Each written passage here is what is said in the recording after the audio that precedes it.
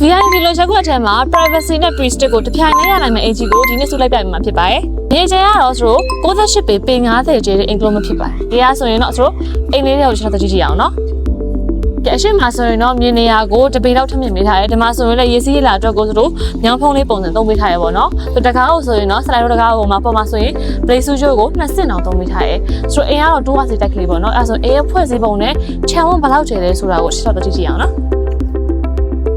ကဲဒီမှာဆိုရင်ဆိုတော့ကားပါကင်ဆိုရင်6စီးလောက်အသာလေးဆန်မယ်6စီးမကောက်တော်တော်လေးဆန်တယ်တော့နော်တော်တော်လေးကျယ်တယ်ဆို10စီးတော့အသာလေးဆန်မယ်ဒီဘက်နေရာမှာဆိုရင်ဒါမှမဟုတ်ပါတီပွဲတွေပါလုပ်မယ်ဆိုရင်ဒီ channel မှာပဲ barbecue တွေပါလုပ်စားလို့ရမယ်ပြီးတော့ပွဲတွေပါလုပ်လို့ရမယ်မွေးနေ့ပွဲတွေဆိုတော့တော်တော်လေးမှအဆင်ပြေ space ကျယ်ရဲ့အတွက်ကိုအဲ့ဒါဆိုရင်ဒီဘက်ချမ်းမှာဆိုရင်လည်းဒီနေရာအလိုလေးရှိသေးရပေါ့နော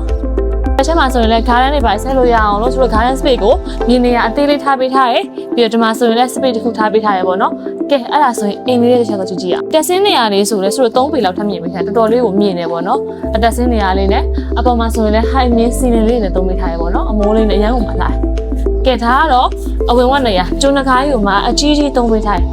ကဲအဲ့ဒါဆိုရင်အခန်းဖွဲ့စည်းပုံလေးတွေကိုစုချက်လောက်လိုက်ပြမယ်နော်ကဲဒါကတော့အဝင်ဝနေရာမှာဆိုရင်ရင်ခွဲတံပန်ပြီးတော့ရင်ခွဲချင်လုံးစကားနဲ့ကျုံးရင်ခွဲတကားဆိုပြီးတော့3ဆင့်အောင်သုံးပေးထားတယ်ဒီမှာကတော့ဝင်ချင်းတွေ့ရမယ့် living space ပေါ့နော်ပုံမှန်ဆိုရင်လည်း height တော်တော်မြင့်နေအသက်ရှူချောင်းနဲ့လုံလုံထွက်ကောင်းတယ်ပြီးတော့ဒီမှာဆိုလည်းသုံးပေးထားတဲ့ light ကားတွေကအထူသားကိုမှဒီတစ်ပြေလုံးဆိုလဲဆိုတော့ glass type ကြီးပဲသုံးပေးထားရပေါ့နော်ကျုံးတွေပဲသုံးပေးထားတယ်ကဲဆိုရင်ဒီဘက်က dining space တော့ကြည့်ကြည့်အောင်နော်ဒါကတော့ dining space area လေးပေါ့နော်ဒီမှာဆိုရင်လည်းလူဘလောက်များများအိမ်မှာဆိုရင်တော်တော်ဆက်နာကိုတွေ့ရမယ်တော်တော်ကျယ်တယ်ပေါ့နော် space သုံးပေးထားတာအပေါ်မှာဆိုလဲ lighting စီလီရောင်လေးကလည်းအရှမ်းကိုမှလှရဲပြီးတော့ဗလင်းတကူလက်တွေပါလေးဆေးပြလို့ရအောင်လို့ဒီမှာဆိုရင် basic လေးတစ်ခုလေးထားရပေးသေးတယ်ကဲဆိုရင် kitchen area တော့ကြည့်ကြည့်အောင်နော်ကဲဒါကတော့ kitchen space area လေးပေါ့နော်ဒီမှာဆိုလဲအောက်မှာပေါ်မှာဆိုရင်သူတို့ cabinet တွေအများကြီးထားပေးထားတယ်ဆိုပစ္စည်းအများကြီးထည့်လို့ရတယ်ဒီမှာဆိုရင်လည်းတွေ့ပြခင်ပေးထားတယ်အညှော်ဆုံးဆက်လည်းပါတယ်ဒီမှာနေလို့ထက်ကောင်းလို့ဒီနေရာမှာပဲဟိုတစ်ခါရဲဆိုပြင်းပေါက်ထားပေးထားရပေါ့နော်ချင်းလုံးစကားလေးလည်းပါသေးတယ်ကဲဒီကတော့နောက်ဘက်တစ်ခေါက်နေရာလေးပေါ့နော်ဆိုတော့ဒီနောက်ထပ်မပြတော့ဘူးဒါကတော့ mirror space လေး mirror space ကလည်းတော်တော်ကျယ်ဒီမှာဆိုရင်တစ်ဆင့်မြင်ပေးထားတယ်ဆိုတော့နှစ်ယောက်လောက်အကာလေးဆန့်နေပေါ့နော်ကဲအဲ့ဆိုရင်ဒီအထက်မှာရှိအခန်းလေးတွေကိုဆိုတကြည့်ရကဲဒီအခန်းလေးကတော့ master room အခန်းလေးပေါ့နော်ဆိုတော့ဒီမှာဆိုရင်လည်းနေရာခက်ကျုံးပြီးတော့အကြီးကြီးတစ်ခုထပ်ပါသေးရပေါ့နော်ပစ္စည်းအများကြီးထည့်လို့ရမယ်ပြီးတော့အခန်း space ရတော်တော်လေးကျယ်ကတင်နေမှန်တင်ကုန်တွေထားမယ်ဆိုရင်တော့ဆိုအခန်းနေရာဆိုတော်တော်ကျယ်အောင်တွေ့ရမယ်ပေါ့နော်ပြီးတော့ aircon တစ်လုံးလည်းပါသေးတယ် lighting လည်းအရန်ကောင်းတယ်ဒီမှာဆိုရင်ဆိုတော့ဒီမှာပြတင်းပေါက်ဆိုရင်ကျုံးတွေကိုမှအပေါ်အမြင့်ကြီးသုံးပေးထားရပေါ့နော်ချင်းလုံးစကားလည်းသူတို့ပြတင်းပေါက်တိုင်းအပေါက်တိုင်းမှာပါတယ်ပြီးတော့ဒီမှာဒါကတော့ရေချိုးကန်းနေရာလေးပေါ့နော်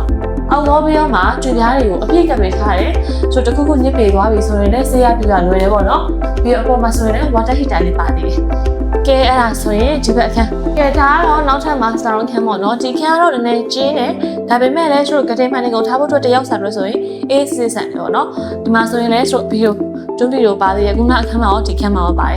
်ဒါကတော့ဒီခန်းနဲ့တွဲရဲ့ရေချိုးခန်းနဲ့ပို့တာခန်းလေးပေါ့နော်တို့ကြွေပြားတွေပြင်ခင်းပေးထားတယ်ခုနအခန်းလိုလေးပဲပေါ့နော်အထက်ကြီးကိုမပြတော့ကဲအဲ့ဆိုရင်တခြားနေရာတော့ကြည့်ကြအောင်နော်ကဲဒီဘက်ချမ်းကတော့ဆိုတော့ common W0 နဲ့ပေါ့နော်ထဲတော့လိုက်မပြတော့ဘူးဆိုတစ်ဆင့်နှိပ်ပြီးတော့ဒီအောက်မှာဆိုလဲဆက်တိုးသုံးလို့ရမယ်ပေါ့နော်ခေအားဆိုရင် second floor area ကြည့်ကြအောင်ဒီမှာဆိုတော့တက်နေရာလေးဆိုရင်ကျုံးတွေကိုအိဖက်နေအောင်ခင်းပေးထားတယ်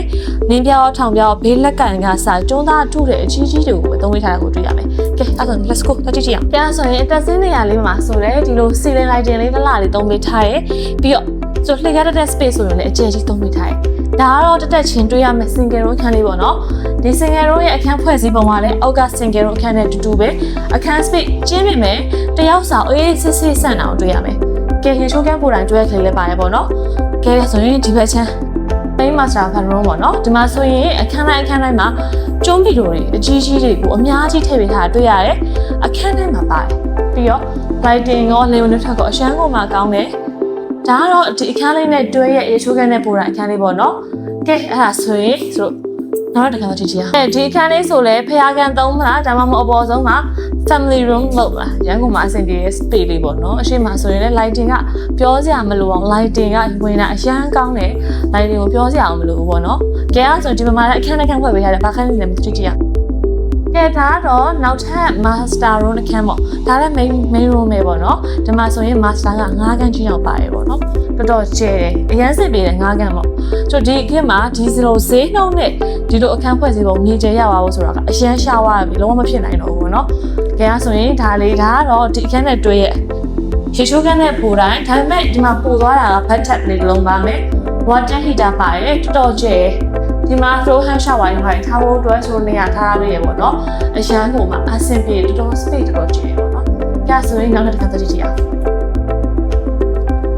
ကဲဒါကတော့ဒီအခန်းလေးမှာဖျားကန်းလုံးမလား gaming room လုံးမလား combine private သုံးမလားအများကြီးဖွဲ့ပြီးတော့သုံးလို့ရတယ်ပေါ့နော်အပေါ်မှာဆိုလဲသုံးပေးထားတာကအရန်ကိုမှလှတယ်ကျုံးလေးတွေနဲ့အရန်ကိုမှလှတယ်ပေါ့နော်ကြဆိုရင်ဆို one night area လေးကိုတစ်ခြားသတိရအောင်နော်